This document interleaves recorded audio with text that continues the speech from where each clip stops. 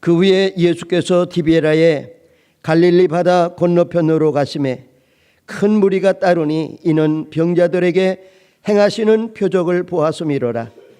예수께서 산에 오르사 제자들과 함께 거기 앉으시니 마침 유대인의 명절인 유월절이 가까운지라.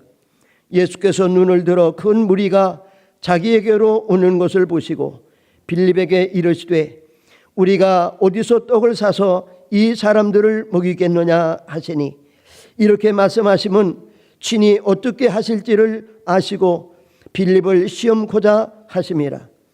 빌립이 대답하되 각 사람으로 조금씩 받게 할지라도 200데나리온의 떡이 부족하리이다. 제자 중 하나 곧 시몬 베드로의 형제 안드레가 예수께 여짜오되 여기 한 아이가 있어 보리떡 5개와 물고기 2마리를 가지고 있나이다. 그러나 그것이 이 많은 사람에게 얼마나 되겠사옵나이까. 예수께서 이르시되 이 사람들로 앉게 하라 하시니 그곳에 잔디가 많은지라 사람들이 앉으니 수가 5,000명쯤 되더라. 예수께서 떡을 가져 축사하신 후에 앉아있는 자들에게 나눠주시고 물고기도 그렇게 그들의 원대로 주시니라.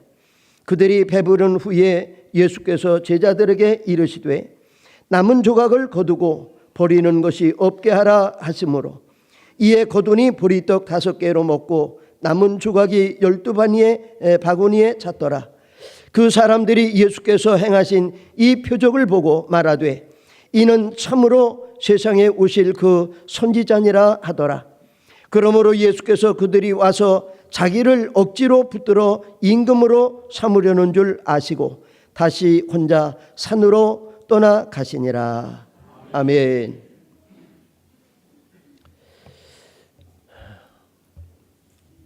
두 시간 만에 또 이렇게 만나 뵙게 되었습니다. 그동안 평안하셨죠? 여름에도 오지 않았던 비가 또 이렇게 내립니다. 어떻게 보면 참 아무 쓸모없는 비 같지만은 그러나 하나님은 또 때를 아시고 우리에게 비를 주십니다. 뭐 금년이야 그렇게 가뭄으로 지나갔다고 하지만은 정말 비가 없다고 하면 내년이 정말 걱정이거든요. 특별히 충청도 이북 이쪽으로는 가뭄이 아주 대단해서 댐이고 저수지고 저수량이 모자라가지고 내년을 많이 걱정하는데 아마 조금이라도 도움이 되지 않았을까 그런 생각을 합니다. 그러니까 우리는 살아가면서 뭐 하여튼 작은 일이라도 감사할 줄 아는 그런 마음을 가지고 살아야 돼요. 아니 그때 필요할 때는 왜 비를 안 주시고 이제 가을까지 다 끝나고 추수 끝난 다음에 비를 주시나 그렇게 생각하실런지 모르겠지만은 그래도 이 비가 얼마나 유익한 그런 비인지 모릅니다. 우리 사람이 세상을 살아가면서 뭐 세상에 살고 있는 모든 인간이 다 그러리라고 생각을 합니다만은 추구하는 것이 하나 있다라고 하면 어떻게 하면 행복하게 살 수 있을까? 아마 그런 생각들을 많이 하실 거예요. 결국 돈을 많이 벌겠다, 내가 출세하겠다, 뭐 배움을 많이 갖겠다 이런 모든 것들이 결론적으로 보면 행복하겠다고 하는 그런 뜻이거든요. 그러니까 사람들은 다 생각을 가지고 마음에 품고 있는 것이 바로 행복이라고 하는 것인데 근데 정작 그렇게 원하는 행복을 얼마나 우리가 누리고 살고 있는가라고 하는 것을 생각해 보면 그 별로 우리가 행복하지 않은 것 같아요. 근데 성경 말씀을 통해서 보면 우리가 원하는 행복한 삶이라고 하는 것이 어떻게 얻을 수가 있고 어떻게 그렇게 살아갈 수가 있을까라고 하는 것을 여러 곳에서 우리에게 말씀을 해 주시는데 그 가운데 하나가 바로 우리가 감사의 마음을 가지고 살면 거기서부터 행복이 시작이 된다라고 하는 것을 말씀을 해 주십니다.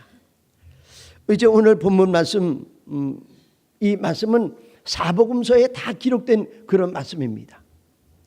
뭐 이 말씀은 여러분들이 수도 없이 많이 들은 말씀인데 간단히 말씀을 드리면 예수님께서 배를 타고 이제 디베라 바닷가 갈릴리 바닷가를 건너서 한적한 곳에 가셨는데 사람들이 그걸 알고 거기까지 쫓아왔어요.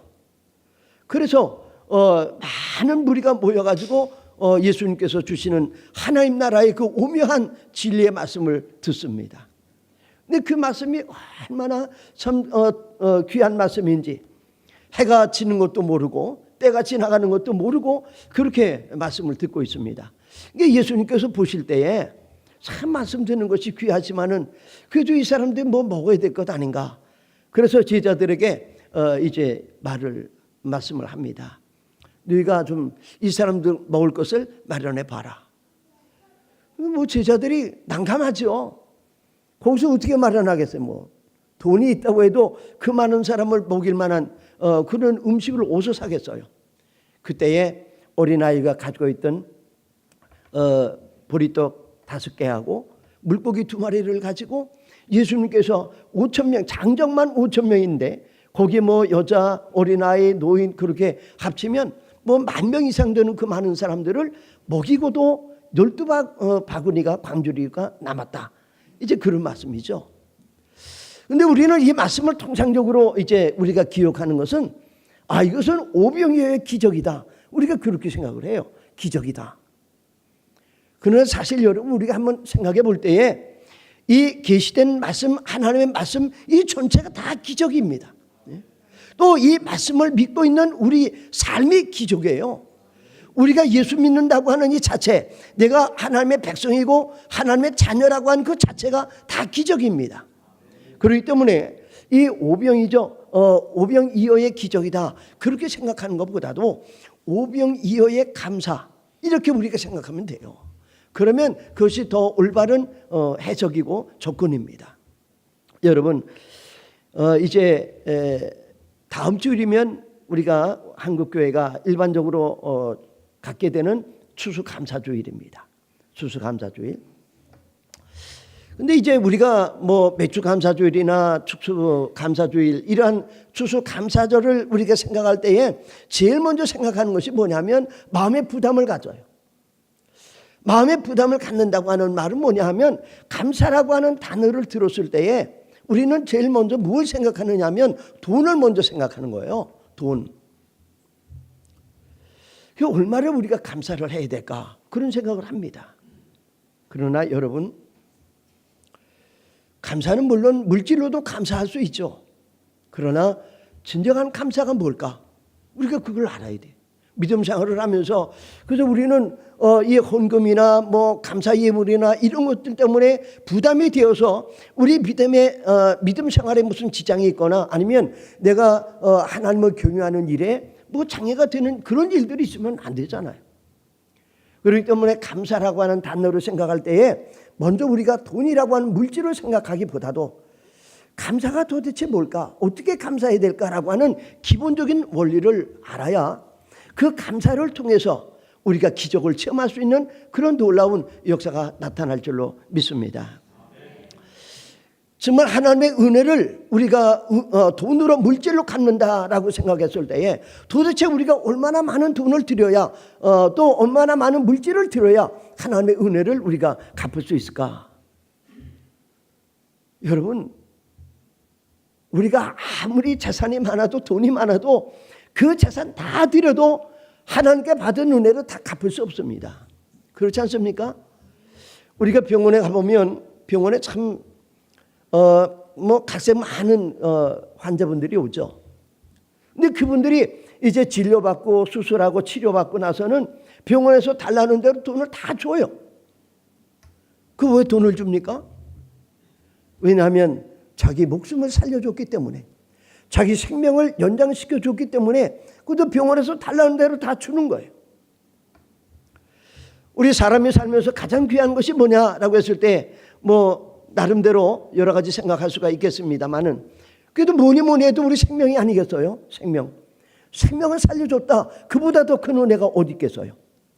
그래서 그냥 잠시 고치고 병 고쳤다가 다시 죽을 목숨인데도 그 생명을 연장시켜주고 육신의 병을 고쳐준 것이 감사해서 병원에서 요구하는 대로 돈을 우리가 다 준다라고 하면 우리가 받은 하나님의 은혜, 그 하나님의 은혜 중에 가장 큰 은혜가 뭐겠어요? 하나님의 생명을 우리가 받은 것이죠.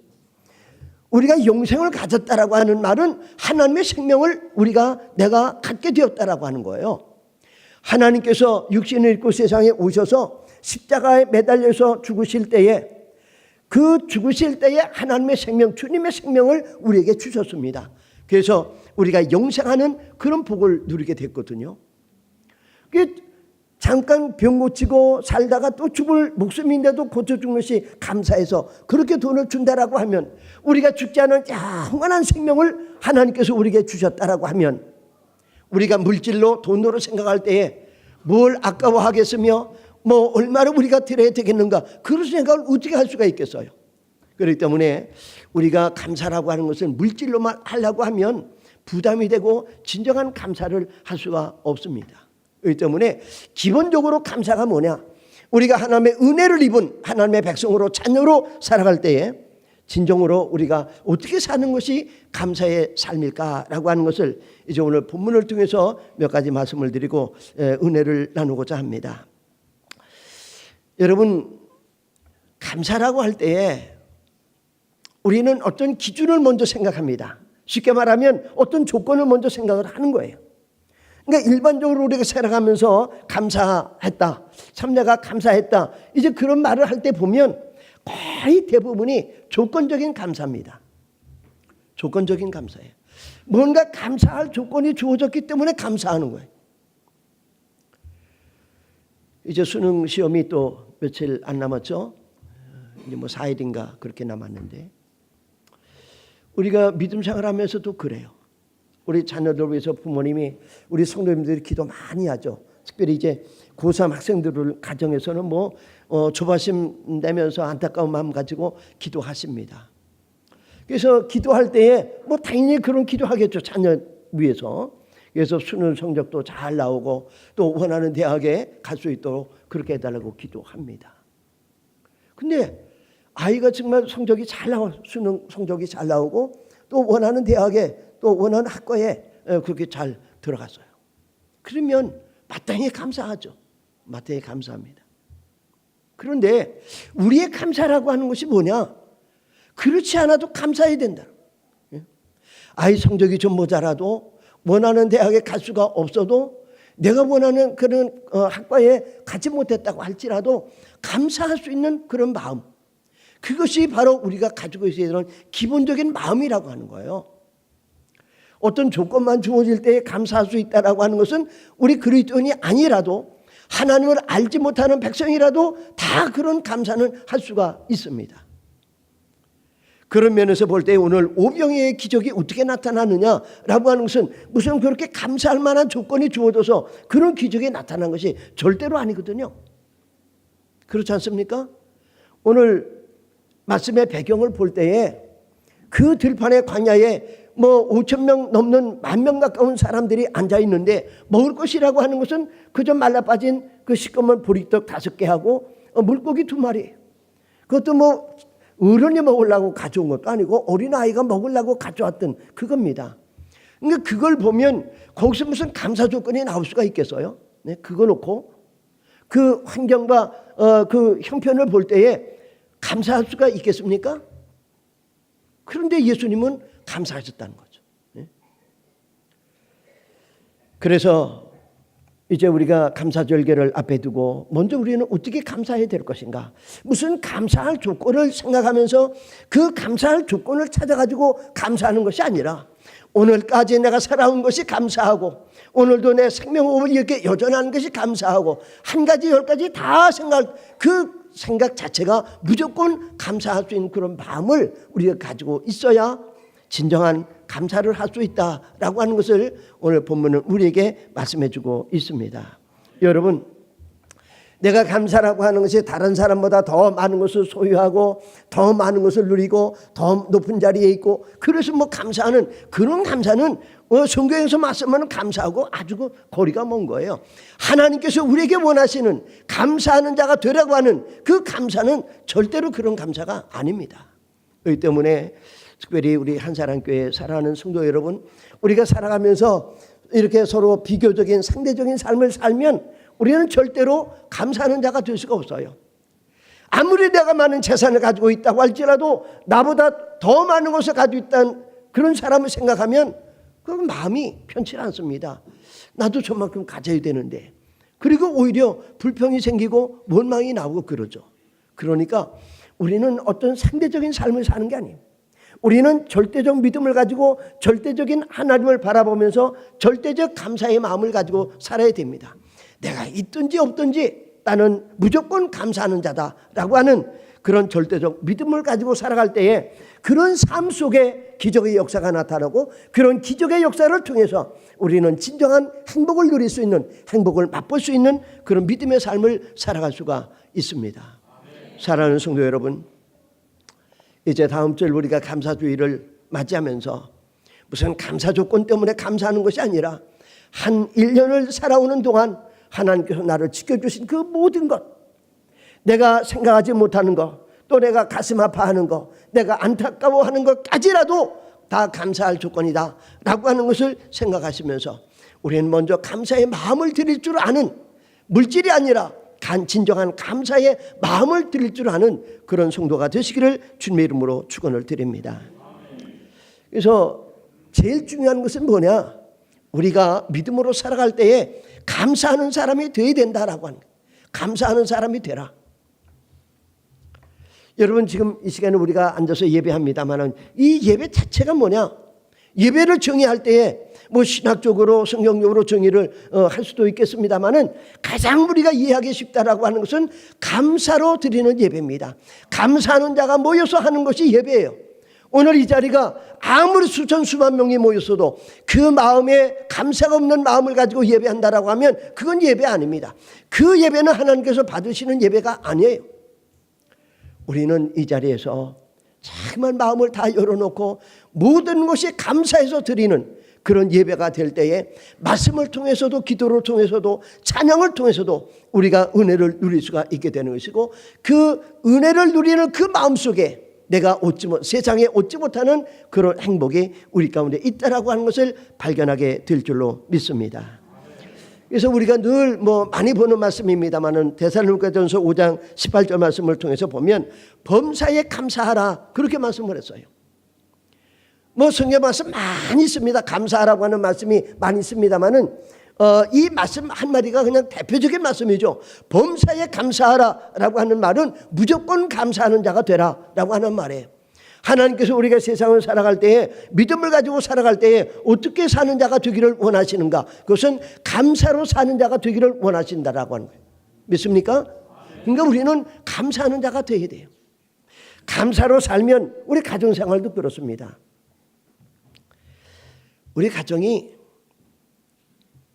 저는 이제 우리 성도들이 그런 얘기들을 자주 합니다만은 제가 70년도에 이제 결혼 신혼 생활을 서울 창신동에서 했어요. 그 큰 집에 그 문간방 단칸방에서 그야말로 그때는 그냥 이불 한 채, 솥단지 하나, 그리고 그렇게 이제 살죠.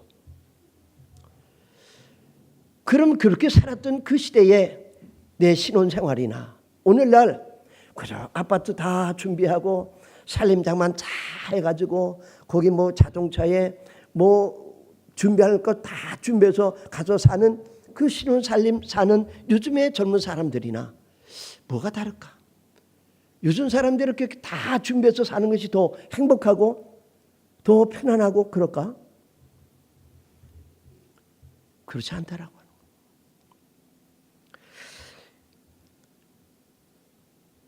성경 말씀을 통해서 볼 때 요즘의 시대는 감사를 잊어버린 시대다. 그렇게 말씀을 해 주십니다. 이 감사를 잊어버린 시대라고 하는 말은 바꿔서 말하면 감사하는 자가 아니라고 하는, 감사를 모르고 사는 그런 시대다라고 하는 것을 말씀하고 있습니다. 디모데후서 3장 1절의 말씀을 통해서 보면 왜 우리가 이 시대가 고통스러운 그런 시대로 우리가 느끼고 또 그렇게 살고 있는가, 그 원인을 거기 말씀해 주십니다. 너는 이것을 알라. 말세의 때에 고통하는 때가 이르리니 사람들이 자기를 사랑하며 돈을 사랑하며 자랑하며 교만하며 비방하며 부모를 거역하며, 그 다음에 말씀이 감사하지 아니하며 거룩하지 아니하며. 그래서 왜 이 시대가 그렇게 참 여러 가지 경제적으로나 환경적으로 좋은 그런 시대인데도 불구하고 그 옛날에 없이 살던 그 시대보다 더 고통을 느끼는 그런 시대가 되었을까? 그것은 바로 감사를 잊어버린 그런 시대이기 때문에 감사를 잊어버리고 살기 때문에 그 마음에 고통이 있다라고 하는 거예요. 기쁨과 감사가 있는 것이 아니라 고통이 있다라고 하는 것을 우리에게 말씀해 주고 있습니다. 여러분, 우리가 누가복음 10장 말씀도 잘 아는 말씀인데요. 문둥병자가 요즘 문둥병 그러면 아주 무식한 사람 취급합니다. 조금 일반적으로 말하면 그저 나병 환자 그렇게 말하고, 조금 유식하게 말하면 한센시병 그렇게 얘기합니다만은, 그 10사람이 와가지고 문둥병자 10사람이 와가지고 예수님 앞에 와서 고쳐달라고 하죠. 그 예수님께서 불쌍히 보시고 제사장한테 가서 네 몸을 보여라. 그냥 그 말씀 한마디 해주십니다. 그 말씀을 듣고 가던 문둥병자들이 보니까 자기들이 다 나버린 거예요. 제사장한테 가기도 전에 몸이 다 났어요. 근데 그 말씀 하려고 한 것이 아니라 성경은 뭐라고 말씀하느냐 하면, 그 10명 중에 9은 자기 길로 가버리고 그 중에 하나 사마리아 사람, 유대인들이 생각할 때에 돼지처럼 생각하고 이방인처럼 그렇게 멸시했던 사마리아 사람 하나가 와서 감사했다라고. 예수님께서 물어보십니다. 아니 10명의 고침을 받았는데 9은 어디 갔느냐? 여러분, 이 말씀을 통해서 확률적으로 수치적으로도 보면 감사할 줄 아는 사람이 얼마나 적은가라고 하는 것을 우리가 알 수가 있죠. 그러면 성경 말씀 말고 우리 자신을 한번 생각해 볼 때에, 과연 내가 세상을 살아가면서 나는 어떤 사람일까? 나는 감사하고 사는 사람일까? 감사할 줄 모르는 사람일까? 그건 우리 자신이 답을 낼 수가 있겠죠. 우리가 믿음 생활하면서 어떤 직분을 맡든지 아니면 직분이 없든지 간에 내가 믿음 생활을 할 때에 아주 하찮은 일이라도 남들이 볼 때에 야 저게 무슨 직분이냐, 저런 일이 무슨 직분이냐, 그런 일이라고 할지라도 내가 감사의 마음을 가지고 참으로 뜨거운 그런 기쁜 마음을 가지고 이제 봉사하고 헌신한다라고 하면, 하나님께서 그 작은 감사를 통해서 또 기쁨으로 헌신하는 그 작은 모습을 통해서 하나님은 영광을 받으시고 더 많은 것으로, 더 큰 것으로 채워주시는 그런 은혜를 체험하실 줄로 믿습니다. 그러므로 우리는 살아가면서 정말 감사하는 사람이 되어야 돼. 미국의 앤더슨 암센터라고 하는 그 의료기관이 있습니다. 거기에 우리나라 사람 김의신이라고 하는 의사가 있어요. 교수고. 그런데 이분이 30년 동안 거기서 암 치료를 하면서 이제 얻은 결론이 얼마 전에 신문에 난 것이 있습니다. 그 양반이 이제 하는 얘기가 뭐냐면, 미국 사람들보다도 그 미국에 살고 있는 교포나 아니면 또 우리 한국 사람들이 이제 미국까지 와서 병 고치는 그런 한국 사람들이 미국 사람보다 병 고치기가 더 어렵다는 거예요.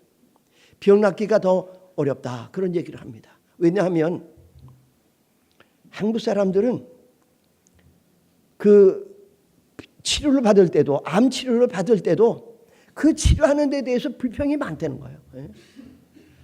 그저 이것도 안 해주고 저것도 안 해주고 왜 이렇게 해주고 그러면서 원망과 불평이 많다라고 하는 것입니다. 근데 미국 사람들은 암 진단을 받고 이제 치료를 받으면서도 그 사람들은 그냥 의연하게 골프 치는 사람은 골프 치고 이제 노래하는 사람은 노래하고 그러면서 그렇게 아주 자연스럽게 그 삶 속에 달라지는 것이 없다라는 거예요. 원망하거나 불평하거나 그런 일이 없다는 것입니다.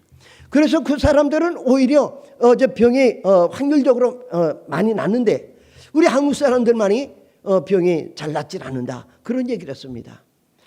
그 얘기를 듣고 우리가 귀담아 들을 필요가 있는 거예요. 우리 마음속에 감사를 가지고 산다라고 하는 것은 무서운 암도 고칠 수 있는 그런 그 기적을 체험할 수가 있다라고 하는 것이죠. 사랑하는 여러분, 그렇다고 하면 감사하는 사람이 되어야 되는데, 감사하는 사람은 어떤 사람이 감사하는 사람일까? 있는 것이 많아서 감사하는 사람이 될까요? 아닙니다. 우리가 일반적으로 가만히 보면 있는 사람이 감사하는 건 아니에요. 있는 사람이 더 인색하고, 있는 사람이 더 정말 아주 인정 없이 사는 때가 얼마나 많은지 몰라요. 이 때문에 내가 생각할 때에 나는 왜 감사하는 사람이 못 될까? 환경이 그렇지 못하고 여건이 그렇게 만들어주지 못하고 내가 가지고 있는 것이 많지 않아서 그런 얘기는 우리가 할 필요가 없어요. 왜? 하나님의 은혜를 생각하면, 하나님께서 나에게 베풀어 주신 은혜를 생각하면 뭐 세상 것 가지고 내가 감사할 수 있다 없다 그런 얘기를 할 수가 없다라고 하는 것입니다. 그렇기 때문에 우리는 무조건 하나님의 은혜를 생각하고 그래서 감사할 줄 아는 믿음의 사람들이 되시기를 주님의 이름으로 축원을 드립니다. 그래서 우리는 감사의 조건이 뭘까? 그걸 한번 생각해 보셔야 돼요. 아까도 말씀을 드렸습니다마는 정말 우리는 어떤 조건적인 감사만 감사로 그렇게 생각하는 때가 많이 있습니다마는 그런 감사할 조건이 아닐 때도 감사할 줄 알 때에 그 감사는 더 배가하는 그런 기쁨을 우리에게 갖다 줍니다. 그 기쁨 속에 하나님의 은혜가 더 넘칠 줄로 믿습니다. 오늘 예수님께서 그 모습 보여주시잖아요. 네? 감사할 수 없는 그런 환경, 감사할 수 없는 그런 조건 속에서 예수님은 감사를 하십니다. 감사할 그런 역사가 기적이 나타나서 그래서 감사하는 거 아니잖아요. 기적이 나타나기 전에 예수님은 감사를 하시는 거예요. 그렇기 때문에 우리는 살아가면서 내 삶 속에 어떤 환경이 주어진다 할지라도 우리는 무조건 감사하고 사는 그런 삶을 우리가 살아가야 됩니다. 예수님께서 어느 때 감사하셨는가? 우리가 성경을 보면 참 놀라운 일들이 많습니다. 요한복음 11장에 보면 죽은 지 이제 나흘이 지난 나사로 무덤 앞에서 예수님은 기도하실 때에 무슨 기도를 하셨느냐? 감사 기도를 하셨습니다. 그것도 이해가 안 되잖아요. 예? 아니 그 자리가 무슨 감사할 수 있는 그런 자리가 아니잖아요. 근데 예수님은 거기서 감사의 기도를 하셨다라고 하는 거예요. 요한복음 11장 41절 말씀을 보면 예수께서 눈을 들어 우러러보시고 이르시되 아버지여 내 말을 들으신 것을 감사하나이다. 그리고 이제 하나님 앞에 감사 기도를 올립니다. 예수님께서 행하시는 그 일을 통해서 하나님께서 말씀을 들으시는 것을 감사하는 거죠. 나사로가 살아 일어나서 걸어 나올 때에 그렇게 감사하는 것이 아니고 하나님께서 내 기도를 들어주심을 믿고 감사를 드리는 거예요. 예수님의 십자가 사건을 통해서 볼 때도 그렇습니다. 예수님께서 이제 십자가에 못 박히시기 전에 마지막 제자들과 이제 만찬을 나누시면서 그때 기도하실 때에 무슨 기도를 하셨을까? 우리가 쉽게 얘기해서 내가 이제 내일이면 내가 죽는다라고 했을 때에 내가 과연 무슨 기도를 할 수가 있을까? 내 입에서 과연 감사의 기도가 나올 수 있을까? 근데 예수님은 감사의 기도를 하신 것을 볼 수가 있습니다. 그렇기 때문에 우리 성도들에게 있어서 믿음의 백성들에게 있어서 감사 조건은 어떤 조건이 있어서 감사하는 것 절대로 아닙니다. 아마 여러분도 그런 예화 들으셨으리라 제가 생각을 합니다마는 어떤 외과 의사가 이제 수술을 합니다. 근데 그 의사가 생각해도 너무 가슴이 아픈 그런 수술이에요. 뭐냐면 한 여성도가 이제 수술을 받습니다. 근데 무슨 수술이냐면 암이 혀에 생겨가지고 혀를 자르게 된 그런 수술입니다. 그래서 의사가 이제 수술하기 전에 마지막으로 얘기를 합니다. 집사님, 이제 제가 수술을 마치면 혀가 잘리고 말을 할 수가 없습니다. 수술하기 전에 마지막으로 하신 말씀이 있으면 말씀을 해보세요.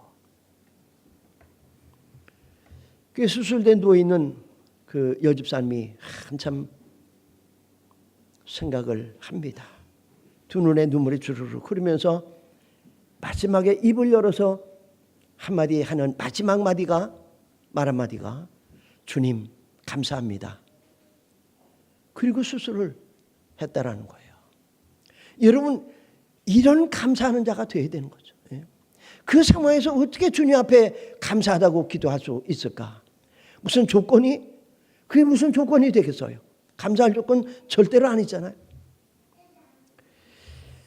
빌립보서 말씀을 우리가 귀담아 들어야 됩니다.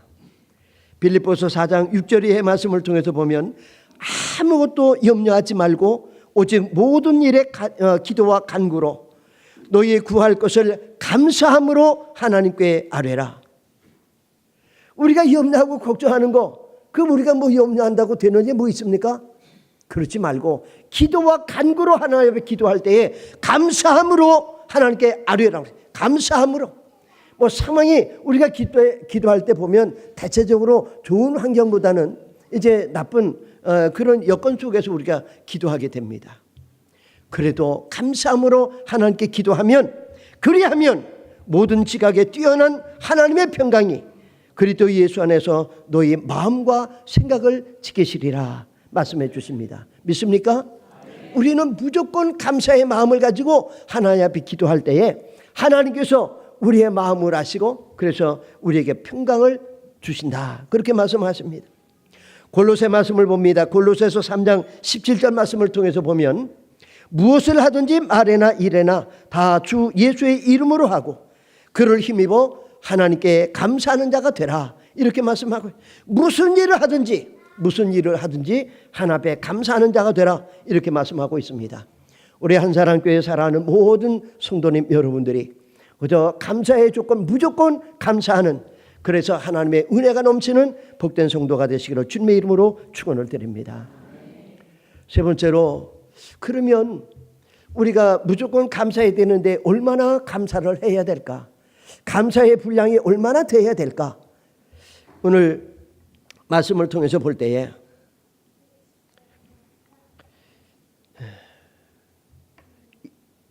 유대 백성들이 자녀를 교육할 때 탈무드라고 하는 책을 이제 많이 보지 않습니까? 아주 전형적인 그런 교육 지침서인데 거기에 보게 되면 그런 말씀이 있습니다. 이 세상에서 가장 지혜로운 사람이 누구냐? 그 사람은 어떤 경우에도 배움의 자세를 잃어버리지 않는 사람이 가장 지혜로운 사람이다. 그러면 세상에서 가장 강한 사람은 누구냐? 그것은 바로 자기와의 싸움에서 이기는 사람이다, 그랬습니다. 세상에서 가장 행복한 사람이 누구냐? 탈무드는 이렇게 말합니다. 지금 이 모습 이대로 감사하며 사는 사람이 가장 행복한 사람이다, 그렇게 얘기를 해줍니다. 여러분, 행복의 분량과 감사의 분량은 비례합니다. 비례하는 거예요. 내가 감사의 분량이 많으면 행복의 분량이 많아진다라고 하는 것을 생각할 때에 내가 얼마나 감사를 해야 될까라고 하는 것은 내가 최선을 다해서 감사할 때에, 많은 것으로 감사할 때에 하나님은 그에 상응하는 그런 많은 것으로 채워주시는 것을 볼 수가 있습니다. 여러분, 일반적으로 우리가 행복이라고 하는 것은 그저 많은 것을 소유해야 행복하다, 그런 생각을 합니다. 설문조사를 해봐도 그래요. 그런데 여러분, 제가 참 이해를 할 수가 없는 게 그 통계가 있습니다. 세계 지금은 160개 나라 정도 된다고 그러죠. 그 나라 중에서 행복 지수가 가장 높은 나라가 어느 나라냐? 그럼 우리가 일반적으로 생각해 보면 미국이나 미국 요즘 그렇게 행복해 보이지 않습니다만은 유럽에 쟁쟁한 나라들 많지 않습니까? 국민소득도 높고 환경도 좋고 그런 나라. 근데 의외로요, 10위권에 드는, 행복지수 10위권에 드는 나라들이 다 가난한 나라예요. 15년도 금년 4월 달에 그 국제조사 발표를 보면 부탄이라고 하는 나라가 있대요. 전 이름도 아마 처음 듣는 분 계실 거예요. 이런 나라가 국민소득이 얼마나? 2,000불입니다. 2,000불. 그런데 국민의 97%가 나는 행복하다, 그렇게 얘기한다는 거예요. 그냥 말로만 그런 게 아니라 그렇게 행복하게 산다는 거예요. 그런 걸 보면 있다고 해서 행복한 거 절대로 아니죠. 사랑하는 성도 여러분, 이제 우리는 이 물질이라고 하는, 행복이라고 하는 것이 어떤 물질을 통해서, 많은 소유를 통해서 나에게 오는 것이다 라고 하는 것을 우리는 믿음 생활에서 다 지워버려야 돼요. 행복이라고 하는 것은 어디서 오냐? 내 안에서 옵니다. 내 안에서. 여러분 오늘 찬양대 이렇게 쓰셨지만은 찬양대 참 복받으신 줄 알아야 돼요. 또 우리가 믿음 생활하면서 찬양 많이 하죠. 이 찬양이라고 하는 것은요, 그 의학자들의 연구에 의하면 우리가 엔돌핀 얘기 많이 듣지 않습니까? 그냥 배꼽 빠지게 그렇게 웃으면 엔돌핀이 나와가지고 그래서 뭐 이제 생기도 돌고 원기도 생기고 그래서 병도 이기고 그런 얘기 합니다. 그런데 그 엔돌핀의 4,000배가 넘는 그런 그 호르몬이 있다고 그래요. 그게 다이돌핀이라고 하는 것인데, 다이돌핀. 이 다이돌핀은 어느 때에 나오느냐? 그것은 바로 우리가 신앙생활하면서 큰 은혜를 체험해가지고 그냥 막 우리 몸에 막 전율이 일어나는 것처럼 그런 은혜를 체험할 때가 있잖아요.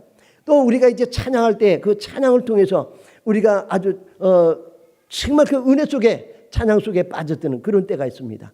그래서 그 영적 감동을 우리가 느낍니다. 그러니까 우리가 예수를 믿는다고 했을 때에 얼마나 우리가 영적인 그런 복을 받는지 몰라요. 영적인 복뿐만 아니라 육신적인 복을 받습니다.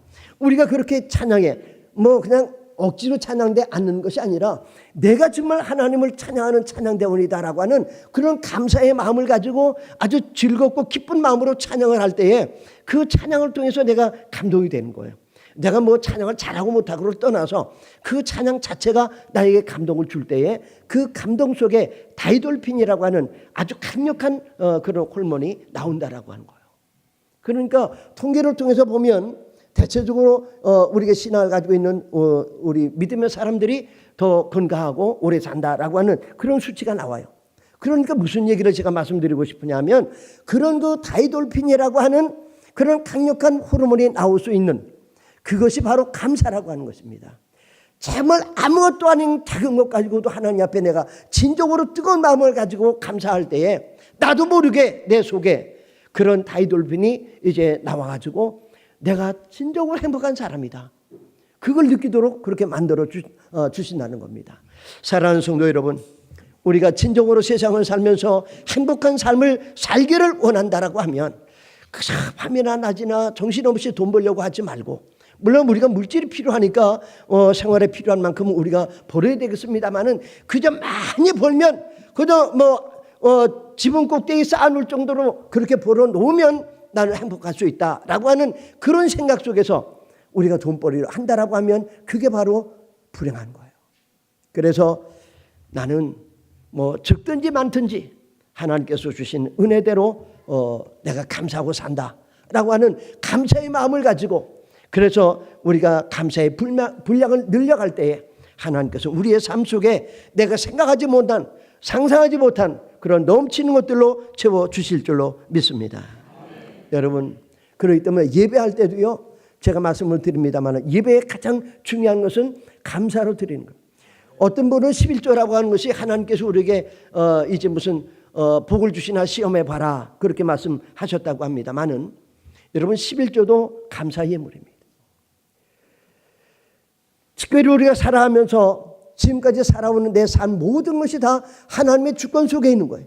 하나님께서 내 생명 지켜주시고 건강 지켜주시고 가정 지켜주시고 직장도 지켜주시고 모든 것이 다 하나님께서 해주시지 않으면 내가 가질 수 있는 것이 아무것도 없어요. 그래서 그 모든 것이 하나님의 것인 줄로 알고 감사의 마음을 가지고, 그래도 하나님께서 그 중에 열의 하나는 내 것이니까 바쳐라 했을 때에, 그래서 그냥 열의 하나 바치라고 했으니까 바치는 것이 아니라 그저 열 전체를 바치는 그런 감사의 마음을 가지고 우리가 11조를 드릴 때에 그것이 하나님께서 기뻐하시고 하나님께서 주시는 복이다라고 하는 것을 우리가 알아야 됩니다. 이제 말씀을 정리합니다. 하나님께서 말씀을 통해서 왜 우리에게 감사하는 자가 되라 그렇게 말씀을 하셨을까? 다른 것 아닙니다. 우리를 행복하게 살도록, 행복한 삶을 살아가도록 우리에게 감사하는 자가 되라 그렇게 말씀을 해주셨습니다. 여러분, 요즘의 시대가 우리 자녀들이 부모에 대한 감사가 얼마나 있을까요? 뭐 예전에도 물론 뭐 다 감사하는 것은 아닙니다만은 이 시대가 많이 변했어요. 우리 자녀들이 부모에 대한 감사, 또 우리 아이들이 학교에 가서 공부할 때에 선생님에 대한 그런 감사, 그런 것이 얼마나 될까요? 참 가슴 아픈 일 많잖아요. 자녀들이 부모를 폭행하기도 하고 죽이기도 하고, 또 학교에서 우리 학생들이 선생님을 그렇게 멸시하고 폭행하기도 하고.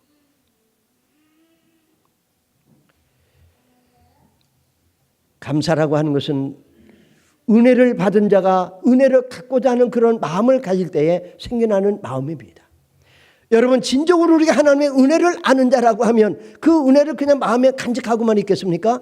내가 어떻게 은혜를 갚을까라고 하는, 어떻게 해야 이 하나님의 은혜를 갚을까라고 하는 그런 마음을 가지게 되죠. 그런 마음을 가지게 되는 거기가 바로 감사의 마음이 시작되는 것입니다. 내가 은혜를 갖고자 하는 마음이 없으면 도무지 감사할 마음이 없는 거예요. 왜 우리의 자녀가 그런 감사가 없을까? 은혜를 알지 못하니까. 은혜를 갖고자 하는 마음이 없으니까 감사의 마음이 없는 것입니다.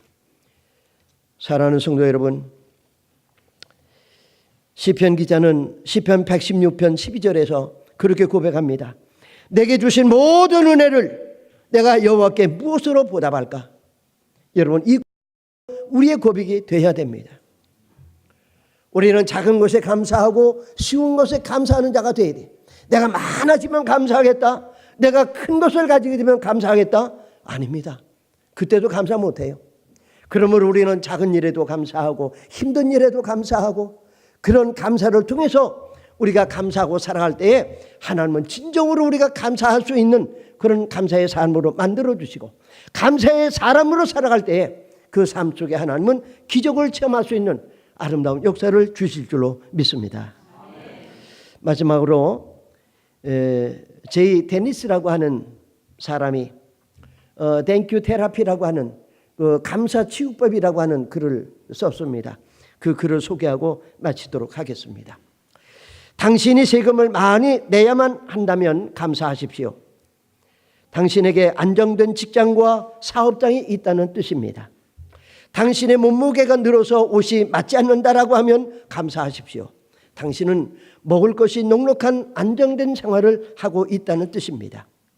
세탁할 옷이 한 구석에 쌓여 있거든 감사하십시오. 당신에게는 적어도 갈아입을 여유가 있는 삶이라는 뜻입니다.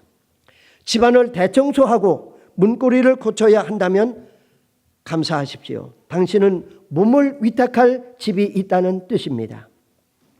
멀리라도 주차할 공간이 있다라고 하면 감사하십시오. 당신은 몸을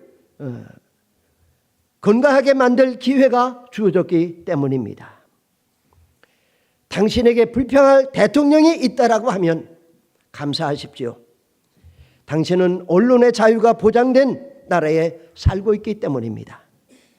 아침에 울리는 자명종 소리가 고통스럽게 들리거든 감사하십시오. 당신에게 일어나 일해야 할 하루가 기다리고 있기 때문입니다. 하루해가 저물고 나른하고 피곤하거든 감사하십시오.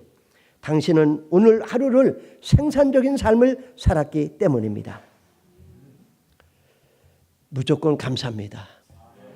우리 한사랑교회 모든 성도 여러분들이 감사를 통해서 기적을 체험하고 그 기적 속에 진정으로 하나님께서 주시는 행복을 누리는 우리 복된 성도가 되시기를 주님의 이름으로 축원을 드립니다. 기도하십니다.